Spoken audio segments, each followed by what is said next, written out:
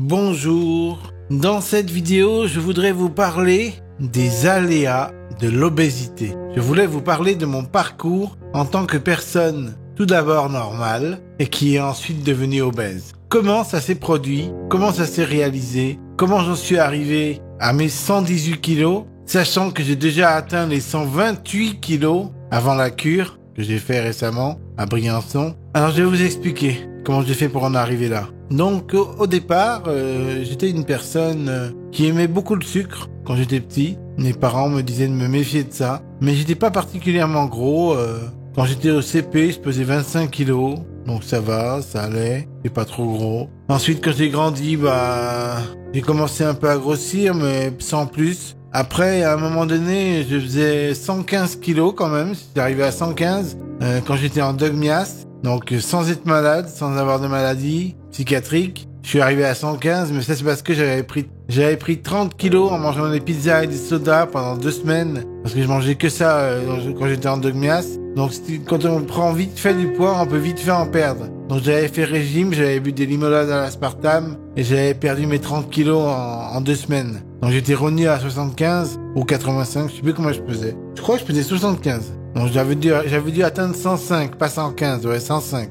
J'avais atteint 105 kilos en étant pas malade, juste parce que je mangeais des sodas et des pizzas. Donc ça veut quand même dire que j'avais une propension à être gros quand même, l'air de rien. C'est-à-dire que même sans être malade, sans avoir de traitement chimique, je pouvais être gros en me laissant aller, en mangeant des pizzas et des sodas. Mais quand même, j'avais pu agir vite pour perdre les 30 kilos en 2 semaines, parce que quelqu'un m'avait fait la remarque que j'avais grossi, et elle avait dit « tu as épaissi », ça m'avait énervé, et j'avais mis en place des méthodes pour perdre du poids. Donc je courais sur place, je lisais du Arnaud Desjardins à l'époque, c'était les chemins de la sagesse, ça s'appelait, j'adorais ce livre. D'ailleurs, je pourrais vous en parler un jour si le cœur est là, de ce livre. Il faudra que je le relise aussi avant de vous en parler. Donc, tout ça pour dire que j'avais quand même des prédispositions à prendre du poids. Mais je me gérais, c'est-à-dire qu'en fait, quand je prenais trop de poids, je pouvais me reperdre, revenir à 75 pour en mettre 64. Donc, vous voyez, j'étais quand même à 11 kilos de plus que ma taille. Donc, c'était pas un super IMC que j'avais. C'est quand même une surcharge pondérale, mais j'étais pas obèse. J'étais en surcharge pondérale, on va dire. Mais quand on a commencé la maladie schizophrénie-bipolarité qu'on m'a décelée à l'âge de 22 ans,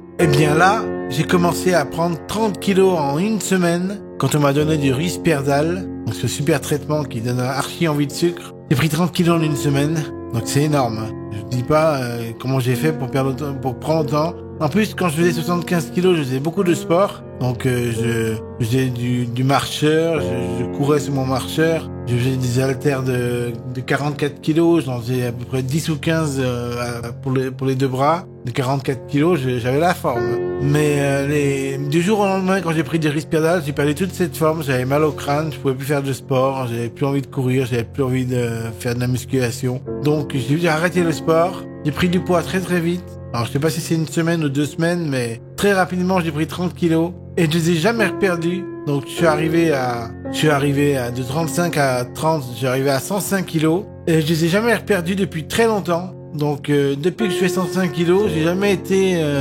au-dessous, jamais reperdu j'ai jamais redescendu. Parce que comme les traitements, je les ai toujours gardés, ça m'a laissé ce niveau d'obésité de 105 kilos. Ça, c'est le niveau obèse. Par contre, là, c'était obèse, 105 kilos. C'est pas surcharge pondérale, c'était obèse dans l'IMC, je crois. Faudrait calculer l'IMC, mais j'ai pas la possibilité de le faire maintenant. Donc, voilà. Donc, c'était quand même relativement pénible de pouvoir prendre ce poids à cause du Risperdal. Mais je me suis habitué et j'ai pris encore du poids. Malgré les 105, j'ai monté, mon poids a monté. Il est arrivé à 115 quand j'étais à Nancy, quand j'habitais à Nancy, je suis arrivé à 115, je mangeais des pizzas et tout. Ouais, j'ai beaucoup pris de poids.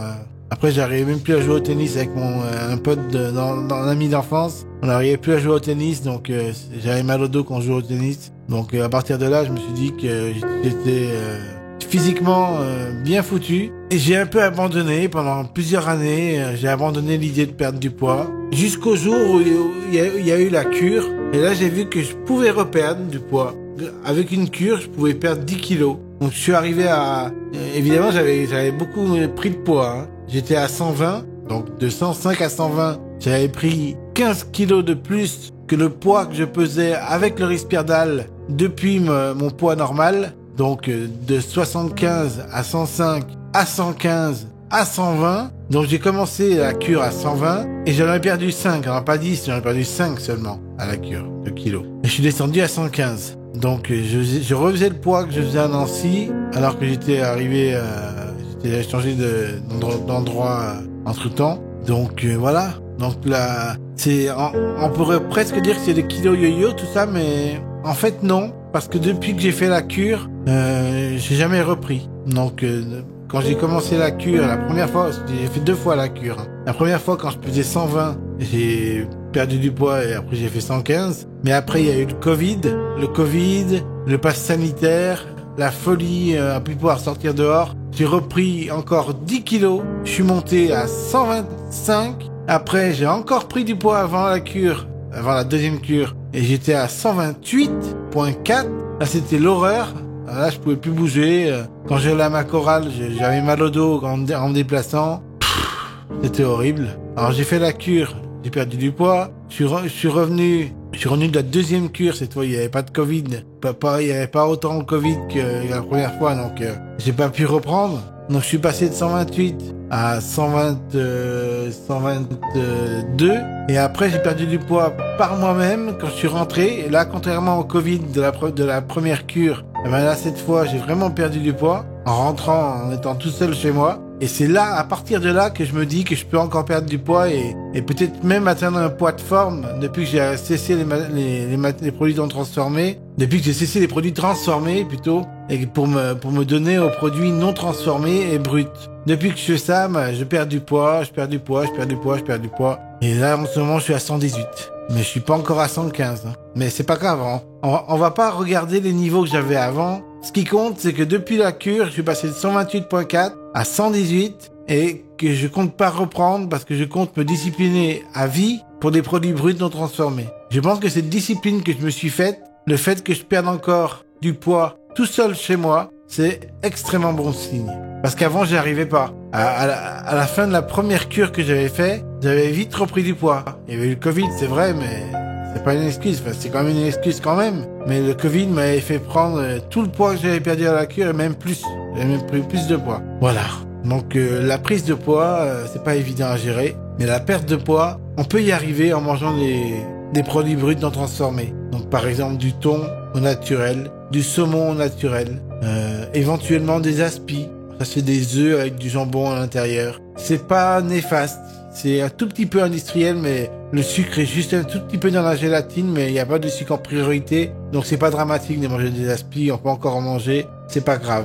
Et du pain complet, j'achète toujours du pain complet, jamais du pain blanc. Et voilà, j'achète des compotes sans sucre ajouté, comme ça il n'y a pas de sucre ajouté en plus. Il n'y a que le fructose des fruits. J'achète parfois des yaourts nature, parfois des Actimel 0%. Voilà, j'achète de la ratatouille.